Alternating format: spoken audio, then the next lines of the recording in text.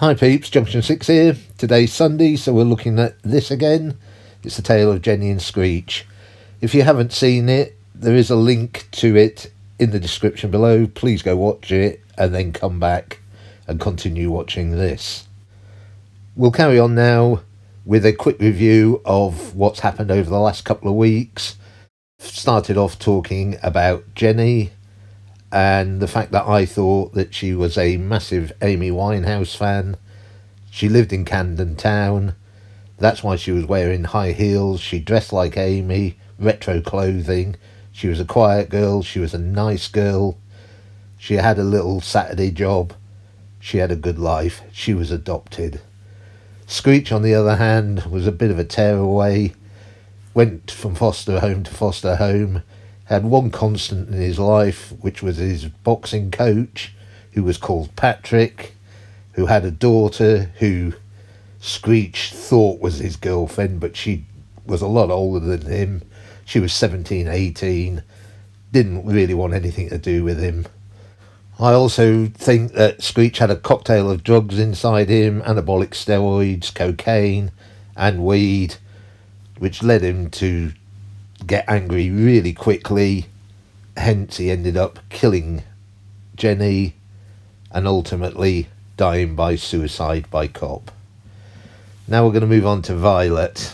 Yeah, this is probably the most tragic of all the tales. This is a real heartbreaker, isn't it? Violet's tale. The whole thing is just a cinematic masterpiece. The fact that he calls her Violet is inspired. Violet is a flower, a very delicate purple flower, the colour of bruises. It's also the bottom of the rainbow. It's right at the bottom, so in the rainbow of life, Violet is at the bottom of that rainbow. I think this is really inspired by Wren to come up with such a name. I know it's got the connotations of violence and violet as well. And Wren goes into a lot of detail about Violet, especially her backstory, and obviously into massive detail of what actually happened to her on the day the twins were born and she died. Wren tells us from the very start that her mother was a drinker and her father was a bastard. Now he uses the word bastard. He doesn't say bastard, he says bastard, and her mother was a drinker. I think this is an indication that they actually ran a pub, and like most licensees, they lived above the pub. They gave out to their customers a very friendly, warm welcome. They were very congenial, very well liked, but as we know, a lot darker things were going on behind closed doors. For Violet's 16th birthday, they bought her a laptop. Now I'll explain why this comes in to the tale shortly.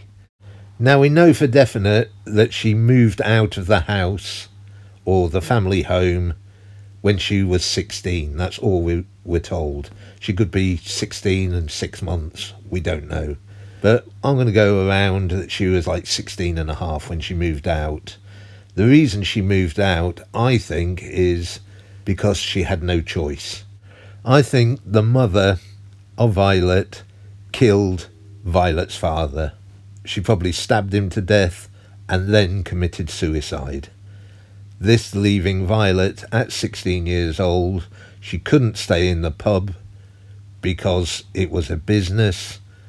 She had to move out, nowhere to go, so the local council housed her. Now we are told repeatedly by Wren that Violet was a silent girl, so basically she didn't talk, she was a mute. I think the council saw this as a disability which would move her up the scale of getting a decent house. So she ended up, as we know, in Paddington Hospital. So I think that she must have lived in Paddington. On this little map of Paddington, at the bottom there, in the blue circle, is the hospital. We know that she worked in Tesco's, and as you can see, there is a Tesco's in Paddington. I've circled it at the top there with a red circle. There are some semi-detached houses that have been converted into flats quite close to that Tesco's, within walking distance. As we come down this road, as you can see, there's a Nero's there, there's a pub there, and then there is the Tesco's, where I believe that Violet worked, and she probably lived in one of those flats, which we saw at the beginning.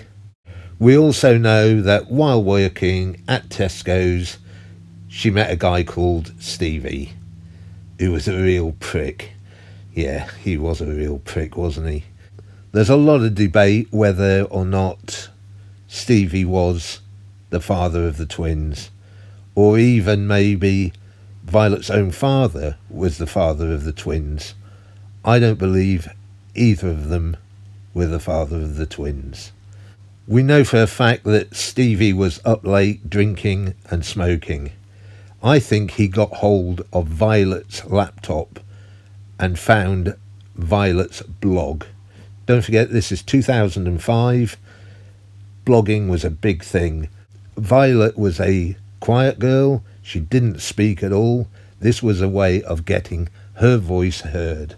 She would write a blog, and in this blog she told the whole story of her life, including how Stevie beat her up, but also how Stevie wasn't the father of her unborn child. Obviously, this made Stevie very irate, as Ren puts it, leads to the violence, which puts Violet in hospital and ultimately kills her. So, if Stevie's not the father, and Violet's own father isn't the father of her unborn child, it only leaves one person. That's Richard, the guy who shot Screech. This, of course, is an epic tragedy. Everything is circular. Everything comes round and round. So it would make sense that Richard was the father, unknowingly, of Jenny and Screech. I think that Violet went on holiday to Southend-on-Sea, and she had a one-night stand with some guy she met. He was like 18 or 19. She was just 16 or so, wasn't she? And a few months later, she found out she was pregnant. She was at that stage going out with Stevie and kept quiet, like she does, because she's a silent girl. Richard, of course, had no idea that he had fathered these twins. This is what makes it a proper tragedy. Everybody is interconnected with each other. Even the guy who shot Screech turns out to be Screech's father. It's just epic, isn't it? Next week, I want to talk about the introductions to each of the tales, the progression of the tales, and of course, the guitar. One of the main characters of this tale is undoubtedly the guitar.